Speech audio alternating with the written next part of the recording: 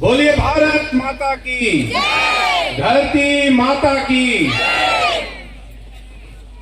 अखिल भारतीय जनजाति सुरक्षा मंच के इस महापंचायत में उपस्थित जशपुर जिला और सरगुजा जिला से आए हुए सभी माताओं और बहनों, भाइयों, हम सभी के अगुआ माननीय गणेश राम भगत जी, जनजाति सुरक्षा मंच के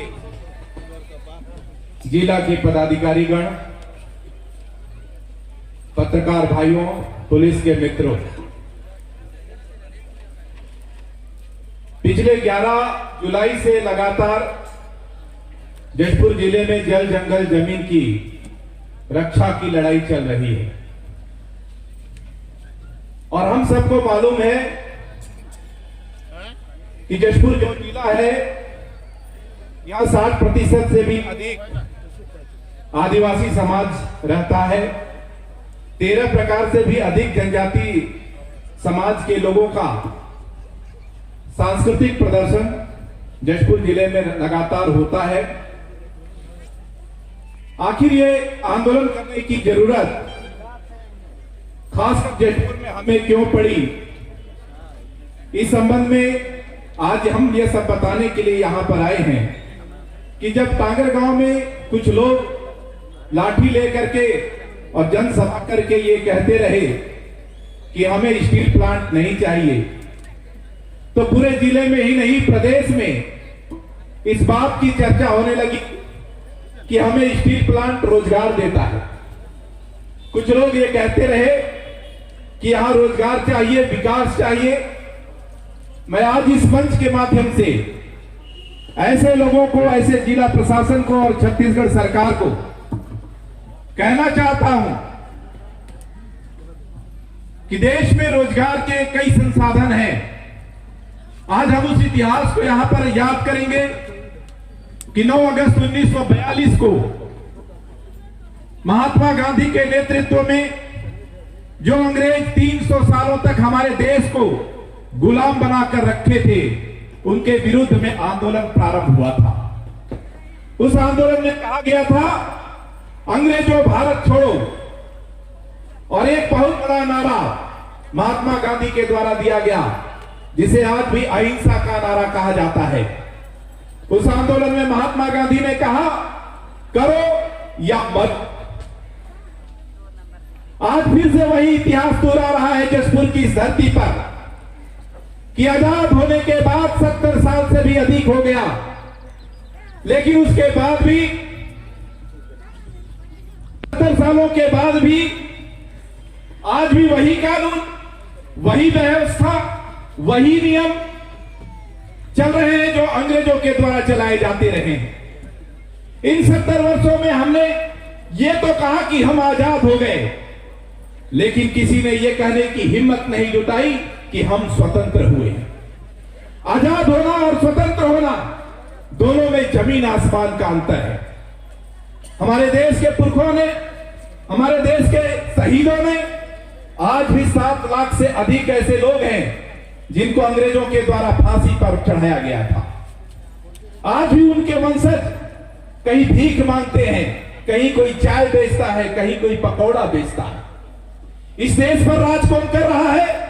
जिन लोगों ने अंग्रेजों के साथ दलाली की थी, जिन लोगों ने हमारे देश के आजाद शहीदों के घर के साथ, उनके विचारों के साथ समझौता न करके अंग्रेजों को अपना सहयोग दिया था, और दुर्भाग्य से आज भी वो हमारे देश में राजनीति के रूप में आगे आकर के काम कर रहे हैं। आज हम इस बात पर विचार करने के लिए यहां आए हैं कि जो विचार देश की लोकसभा, राज्यसभा और विधानसभा में होना चाहिए, जशपुर की धरती में कम पढ़े लिखे लोग, कम कपड़े के पहनने वाले लोग, कम खाने वाले लोग और कम जानने वाले लोग आज यहां पर इसी बात को कहने के लिए आए हैं कि इस देश में लोकसभा नहीं, राज्यसभा नहीं, अगर सबसे बड़ा कुछ है तो वो है ग्राम सभा। और आज सबने भी नारा लगाया, न लोकसभा न राज्यसभा, न लोकसभा न राज्यसभा, न लोकसभा न राज्यसभा, यही नारा देश के कोने कोने से लग रहा है। और इस नारे को लगाने की जरूरत क्यों पड़ी भाई और बहनों? इस नारा को लगाने की जरूरत इसीलिए पड़ी कि टांगर गांव का अगर कोई उपजाऊ जमीन है जिसमें 5 प्रकार के फसल एक साथ हो रहे हैं, उस फसल को बर्बाद करके यदि जिला प्रशासन, उद्योग विभाग और छत्तीसगढ़ सरकार के द्वारा उस जमीन को बंजर करके और वहां अगर स्टील प्लांट लगाने का योजना बनाएगी तो ये सब जो नारा है कि न लोकसभा न राज्यसभा, सबसे ऊंची ग्राम सभा हमेशा लगाया जाएगा। इस बात का निर्णय ग्राम सभा करेगी कि जसपुर की धरती पर क्या होना चाहिए। ये लोकसभा में बैठे हुए लोग निर्णय करने वाले नहीं हैं। ये कार्यपालिका में बैठे हुए लोग इस बात का निर्णय नहीं करेंगे। विधानसभा और राज्यसभा में बैठे हुए लोग इस बात का निर्णय नहीं करेंगे। ये निर्णय तो हो चुका है। जसपुर की ये हजारों की संख्या में उपस्थित जनता जो जसपुर में जन समुद्र के रूप में दिखाई दे रही है, इस जनता ने तय किया है कि हम किसी भी उद्योगपति को जसपुर से एक ठेला उठाने नहीं देंगे। और आज हम ये कहने के लिए यहां पर आए हैं कि सुनो जिला प्रशासन जसपुर, सुनो छत्तीसगढ़ सरकार, सुनो भारत सरकार, इस देश में यदि कोई कानून लागू होगा तो जनता जो निर्णय करेगी वही तय होगा। आपके बंद एसी कमरों में तैयार किया गया कानून हमारे देश में नहीं चलेगा। मैं जिला प्रशासन से कहना चाहता हूं, छत्तीसगढ़ सरकार से कहना चाहता हूं कि आइए टांगर गांव की उस पवित्र धरती को देखिए जिसको उठा करके माथे पर चंदन लगाने की हिम्मत होगा। उस जमीन को आप गोड़ करके स्टील प्लांट लगा करके उस धरती को बंजर करना चाहते हैं। आज यहाँ पर हजारों की संख्या में जनता है। 4-4 पीढ़ी के लोग माए अपने बच्चों को गोद में लेकर भरे बरसात में सैकड़ों किलोमीटर से आ रही हैं और ये नारा लगा रही हैं कि हमको जसपुर जैसा था, हमारे पुरखों ने जसपुर को जैसा बनाकर रखा था, वो जसपुर हमको वैसा ही चाहिए। हमको रोजगार की जरूरत नहीं है। अगर एक भी किसान के पास 1 एकड़ भी जमीन उपजाऊ है तो वो 10 लोगों को रोजगार दे सकता है। वो किसी की बंधुआ मजदूरी करेगा नहीं, वो खुद मालिक है अपने जमीन का। और जनजाति समाज में ये व्यवस्था है कि हम जान तो दे देंगे लेकिन जमीन किसी कीमत पर नहीं देते हैं। लेकिन आज हम यहाँ नारा लगाने के लिए आए हैं, ना हम जान देंगे न जमीन देंगे। और वही नारा बुलंद करने के लिए आप सब यहाँ पर उपस्थित हुए। पिछले कई वर्षों से हम सब ये मांग करते रहे हैं, जसपुर में कोई भी व्यक्ति देश के किसी भी हिस्से से आता है, इस धरती को प्रणाम करता है, यहाँ के वातावरण को, यहाँ की प्रकृति को, यहाँ के जल जंगल जमीन को नमस्कार करता है और कहता है कि इस देश में इतना सुंदर धरती अगर कहीं है तो जसपुर में है। लोग कहते हैं कि अगर धरती पर कहीं स्वर्ग है तो जसपुर में है, जसपुर में है, जसपुर में है। लेकिन दुर्भाग्य से जिला प्रशासन में बैठे हुए लोगों को यह स्वर्ग दिखाई नहीं दे रहा। और अब आज हम इस सैकड़ों की संख्या में, हजारों की संख्या में यहाँ आकर के ये कहने के लिए आए हैं कि जसपुर स्वर्ग है, लेकिन हम स्वर्गवासी नहीं हैं, हम जिंदा हैं। और हम अपनी ताकत का दम पर आपसे ये कहना चाहते हैं कि पुरखों के द्वारा जो जसपुर बनाया गया है वही जसपुर हमको चाहिए। यहाँ किसी भी प्रकार का कोई उद्योग नहीं चाहिए। कुछ लोग उद्योग और जनता के बीच के संवाद को तोड़ने के लिए एक नई व्यवस्था शुरू करते हैं, बोलते हैं कि कृषि आधारित उद्योग चाहिए। अरे मैं उनसे पूछना चाहता हूं कि सरडी में जो मां कुदरगढ़ी स्टील प्लांट के द्वारा एथेनॉल कंपनी स्थापित किया जा रहा है, वो ये कह रहा है कि हम कृषि आधारित उत्पाद पैदा करेंगे। क्या मैं पूछना चाहता हूं, जसपुर में कोई ऐसा खेत है जहां पर आपके खाने के अलावा उस खेत में तैयार अनाज सड़ जाता है? कोई गन्ना सड़ते हुए आप देखे हैं? कहीं गन्ने को आग लगाते हुए कहीं देखे हैं? कहीं गेहूं के खेत को बर्बाद करते हुए देखे हैं? तो जब यहाँ पर हम अपने खाने के लिए, अपने बाल बच्चों के पालन पोषण के लिए खेती कर सकते हैं, तो उस अनाज को आप एथेनॉल प्लांट लगा करके सड़ाने की योजना क्यों बना रहे हैं? आप अनाज सड़ा दीजिएगा तो देश की जनता खाएगी क्या? आज मैं जिला प्रशासन से पूछना चाहता हूं कि जसपुर जिला के बगीचा तहसील के ग्राम सरडी में जो एथेनॉल प्लांट बनाने की योजना है, इस योजना को किसने लाया और कौन समर्थन कर रहा है?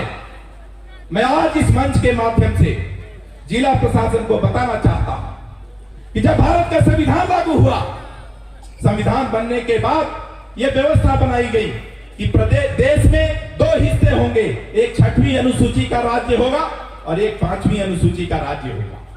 जिस क्षेत्र में जल जंगल जमीन समृद्ध है, जहां से हमको पूरे देश को शुद्ध वायु मिलती है, जहां से शुद्ध भोजन मिलता है, उन दोनों क्षेत्रों को 5वीं और 6वीं अनुसूची में रखा गया। हमारा जसपुर जिला 5वीं अनुसूची में आता है। इस 5वीं अनुसूची में पंचायत राज अधिनियम लागू है और उस पंचायत राज अधिनियम में यह व्यवस्था किया गया है कि वहां पर ग्राम सभा जो भी निर्णय करेगी उसके अनुरूप ही काम होगा। तो जब टांगरगांव में और सरडी में वहां के सम्मानित जनप्रतिनिधि जो यहां पर बैठे हुए हैं, मैं उन्हें प्रणाम करता हूं, उस पंचायत के सरपंच, सचिव और उस के उप सरपंच और सभी ग्राम सभा के मतदाताओं को, जिन्होंने इस शक्ति को, इस बात को समझा कि ग्राम सभा को इतनी ताकत है कि वो अगर प्रस्ताव पारित कर देता है तो कोई व्यक्ति वहां पर एक ढेला नहीं उठा सकता।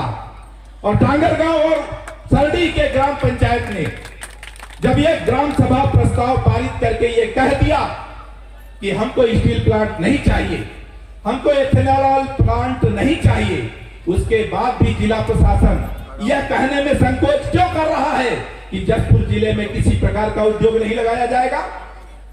क्या यह साहब की साठ-गांठ उद्योगपतियों के साथ दिखाई नहीं देती? जिले की इतनी संख्या, हजारों की संख्या में लोग यहां उपस्थित हैं। क्या यह अंग्रेजों का राज है? भारत देश का दुनिया का सबसे बड़ा लोकतांत्रिक देश है और लोकतंत्र में सबसे बड़ी ताकत जनता होती है और जनता के पास जिला प्रशासन को स्वयं आना चाहिए था। आज यहां पर जिला प्रशासन का एक व्यक्ति उपस्थित नहीं है। आप यहां पर क्यों नहीं आए? आपको कि हम अपनी बात कहने के लिए आए हैं। यहां हजारों की संख्या में लोगों ने मुझसे कहा कि हम जसपुर जा रहे हैं, वहां कलेक्टर महोदय होंगे क्या? हमारी बात सुनने वाला कोई अधिकारी होगा क्या? लेकिन दुर्भाग्य है कि अभी तक कोई बड़ा पदाधिकारी यहां नहीं बैठा। मैं उनसे कहना चाहता हूं कि आज हजारों की संख्या में लोग यहां पर उपस्थित हुए हैं और ये बताने के लिए आए हैं कि देश का सबसे बड़ा अगर कोई ताकत है तो वो जनता की ताकत है और जनता यहां पर खड़ी है। आप एसी कमरों में बंद होकर के अपने निर्णय करो, लेकिन हम जो निर्णय करेंगे, हम जो फैसला करेंगे, वही निर्णय देश में लागू होगा। आपके बनाए कानून यहां लागू नहीं होंगे। हम सब लोग कानून का काम करने वाले लोग हैं। हमारे यहां आदिवासियों की जमीन के संरक्षण के लिए कानून बनाया गया है, धारा 170 ख का कानून। जानते हैं 170 ख क्यों बनाया गया? 170 ख का कानून बनाते समय भारत का संविधान बनाने वालों ने कहा कि देश में अगर कोई ऐसा व्यक्ति या ऐसा समाज है जो अपने खेतों से अनाज पैदा कर सकता है तो वो आदिवासी समाज है। वो कभी अपने घरों को बिल्डिंग नहीं बनाता, अपने जमीन पर कोई बड़ा होटल नहीं खोलता, लॉज नहीं खोलता। वो अपने पुरखों की जमीन को बचा कर रखता है खेती करने के लिए, अनाज पैदा करने के लिए। भारत का संविधान बनाने वालों ने कहा कि अगर आदिवासियों की जमीन गैर आदिवासियों को ट्रांसफर कर दिया जाएगा, उनको बेचने की अनुमति दे दी जाएगी, तो आने वाले समय में ऐसा होगा कि एक भी जमीन, एक भी खेत खाली नहीं बचेगा। हर जगह पर कंक्रीट के जंगल बनेंगे, उद्योग बनेंगे, वहां बिल्डिंगें बनेंगी और अगर ऐसा हुआ तो देश नहीं दुनिया के सामने खाने का संकट पैदा हो जाएगा। हम सब लोगों ने लगातार आंदोलन किया। हम घर में रहने वाले लोग हैं, गांव गरीब के लोग हैं, लेकिन इस बात को हमको समझना होगा कि हम घर पर बैठे रहते हैं। सरकार के द्वारा हमारे लिए जो करोड़ों की योजनाएं भेजी जाती हैं, उन योजनाओं को बीच में बैठे हुए अधिकारी कर्मचारी किस तरह से बंदरबांट करते हैं। आप सबने सुना होगा जिला चिकित्सालय जसपुर नगर में 12 करोड़ का घोटाला तब हुआ जब कोरोना की महामारी पूरे देश में फैली हुई थी। हम लोग अपने घरों में बैठ के अपने जान की, अपने बच्चों की जान की सुरक्षा का ख्याल रख रहे थे और उस समय जिला अस्पताल में बैठे हुए कुछ चिकित्सक अपने घर कोई सफेद बिल्डिंग बना रहा है, कोई पोर्ट ब्लेयर बना रहा है, करोड़ों रुपए के भवन इन चिकित्सकों के बन रहे थे। कहां का पैसा इनके पास आया? किसने इनको अनुमति दी? कहां से ये पैसा लाए? कौन सी जमीन बेचे? इस बात की जांच होनी चाहिए कि जसपुर का नागरिक कि स्वास्थ्य के साथ खिलवाड़ करने वाले लोगों के विरुद्ध में तत्काल FIR करके उन्हें जेल में जब तक नहीं बंद किया जाएगा, अखिल भारतीय जनजाति सुरक्षा मंच ने छोड़ने वाला नहीं। आज हम जो ज्ञापन दे रहे हैं, इस ज्ञापन में 13 मांग हमने महत्वपूर्ण रूप से रखा है। मांग तो हमारी बहुत सारी है, हर गांव में कोई ना कोई समस्या है, लेकिन चूंकि आज महत्वपूर्ण रूप से हम लोगों ने 13 मांगों को चुना है, आगे जो भी हमारा आंदोलन होगा, उस आंदोलन में आप सभी के गांव में, जिनके गांव में पुल है, सड़क नहीं है, स्कूल नहीं है, बिल्डिंग नहीं है, आंगनबाड़ी नहीं है, उन सभी विषयों को लेकर हम फिर से एक आंदोलन, इसी तरह का विशाल आंदोलन करेंगे, जिसमें हर गांव के हर क्षेत्र की समस्या सरकार के सामने रखेंगे। आज महामहिम राज्यपाल महोदय को ये ज्ञापन प्रस्तुत करके हम मांग करेंगे और एक अवसर देंगे फिर से कि हमारी जो मांगे हैं, उन मांगों में 15 दिन 1 महीना के अंदर जिला प्रशासन और प्रदेश सरकार को काम करना होगा, और यदि जिला प्रशासन FIR नहीं दर्ज करता है, उन मांगों को पूरा नहीं करता है, तो इससे भी बड़ी संख्या में फिर से हम जस पूरा करके जिला प्रशासन की कान और आंख को खोलने का काम करेंगे। आप सब लोग यहाँ पर आए, आप सब इस विपरीत समय में यहाँ पर आए, आप सभी को मैं प्रणाम करता हूँ, धन्यवाद देता हूँ और फिर से उम्मीद करता हूँ कि जब भी अखिल भारतीय जनजाति सुरक्षा मंच का आंदोलन होगा, आमंत्रण होगा, आप इसी तरह से हजारों की संख्या में यहाँ उपस्थित होंगे और हम आपकी मांग को जसपुर से लेकर के दिल्ली तक पहुंचाने का प्रयास करेंगे। और प्रयास ये भी करेंगे, निर्णय करेंगे कि जसपुर में किसी भी प्रकार का कोई उद्योग न लगे, इसके लिए निरंतर प्रयास हम करते रहे हैं और आगे भी करते रहेंगे। यही बात आप सबको कहना चाह रहा था। आप सब लोग यहाँ पर आए, आप सभी को फिर से धन्यवाद। बोले भारत माता की, भारत माता की।